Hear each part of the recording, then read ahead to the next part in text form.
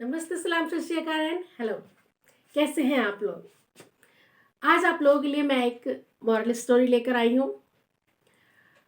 इस स्टोरी के माध्यम से मैं आप लोगों को ये बताना चाहती हूँ कि आपके ऊपर कितनी भी परेशानी आ जाए, कितनी भी कठिनाई आ जाए, आप इसको खुशी खुशी इस सफ़र पर निकल जाइए। रास्ते अपने आप आसान होते चले जाएंगे। आप लोग बहुत जल्दी हिम्मत हार जाते हैं। आपको हिम्मत नहीं हारनी चाहिए, क्योंकि अगर आप जीवित हैं तो आपके जीवित होने की निशानी है कि आपके लाइफ में स्ट्रगल आएंगे। आपके जीवन में कोई परेशानी आती है तो आप उसको हंसी खुशी के साथ बिताइए, कितना भी मुश्किल हो, क्योंकि चेहरे की मुस्कान है आपकी, यह आपकी पहचान है।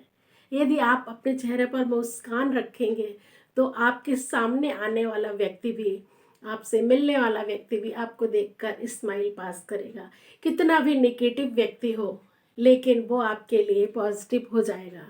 आप लोग अपने चेहरे की मुस्कान कभी मत खोइएगा। इन्हीं चीज़ों को बताने के लिए मैं आप लोगों के लिए लेकर आई हूँ एक स्टोरी। हमेशा के लिए मैं आप लोगों की एक मॉरल स्टोरी लेकर आई हूँ। आइए देखते हैं। एक औरत बहुत महंगे कपड़ों में अपने मनोचिकित्सक के पास गई और बोली, डॉक्टर साहब, मुझे लगता है कि मेरा पूरा जीवन बेकार है, उसका कोई अर्थ नहीं है। क्या आप मुझे खुशियाँ ढूंढने में मेरी मदद करेंगे? मनोचिकित्सक ने एक बूढ़ी औरत को बुलाया जो बाहर साफ सफाई का काम करती थी, और उस अमीर औरत से बोला, मैं इनसे आपको ये बताने के लिए कहूँगा कि कैसे इन्होंने अपने जीवन में खुशियाँ ढूंढी। मैं चाहता हूँ कि आप उसे ध्यान से सुने। तब उस बूढ़ी औरत ने अपना झाड़ू नीचे रखा, कुर्सी पर बैठ गई और बताने लगी, मेरे पति की मलेरिया से मृत्यु हो गई और उसके 3 महीने बाद ही मेरे बेटे की भी सड़क हादसे में मौत हो गई। मेरे पास कोई नहीं था, मेरे जीवन में कुछ नहीं बचा था। मैं सो नहीं पाती थी, खा नहीं पाती थी, मैंने मुस्कुराना तक बंद कर दिया था। मैं स्वयं के जीवन को समाप्त करने की तरकीबें सोचने लगी थी। तब एक दिन छोटा बिल्ली का बच्चा मेरे पीछे लग गया। जब मैं काम से घर आ रही थी, बाहर बहुत ठंड थी, इसलिए मैंने उस बच्चे को अंदर आने दिया। उस बिल्ली के बच्चे के लिए थोड़े से दूध का इंतजाम किया और वह सारी प्लेट सफा चट कर गया। फिर वह मेरे पैरों से लिपट गया और चाटने लगा। उस दिन बहुत महीनों बाद मैं मुस्कुराई।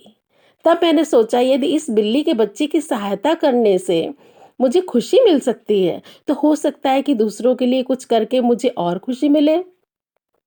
इसलिए अगले दिन मैं अपने पड़ोसी के लिए, जो कि बीमार था, कुछ बिस्किट्स बना कर ले गई।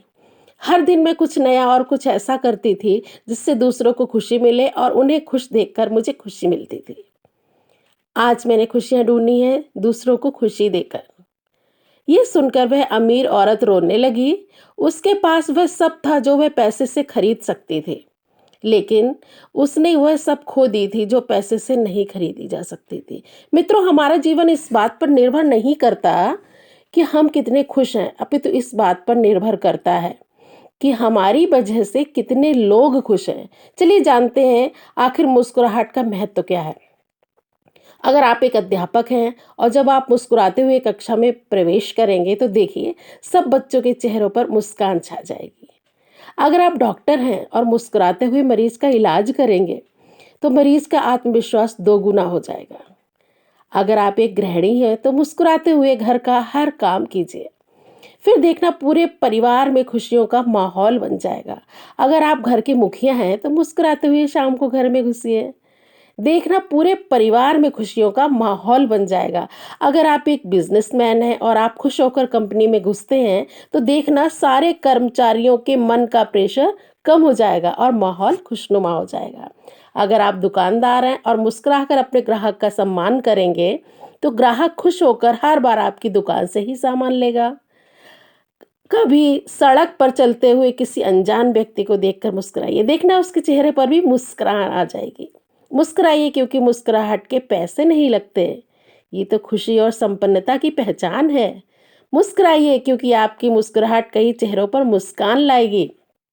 मुस्कुराइए, क्योंकि ये जीवन आपको दोबारा नहीं मिलेगा। मुस्कुराइए, क्योंकि क्रोध में दिया गया आशीर्वाद भी बुरा लगता है और मुस्कुराहट में कहे गए बुरे शब्द भी अच्छे लगते हैं। मुस्कुराइए क्योंकि दुनिया का हर व्यक्ति खिले फूलों और खिले चेहरों को पसंद करता है। मुस्कुराइए क्योंकि आपकी हंसी किसी की खुशी का कारण बन सकती है। और सबसे बड़ी बात, मुस्कुराइए क्योंकि ये मनुष्य होने की पहचान है।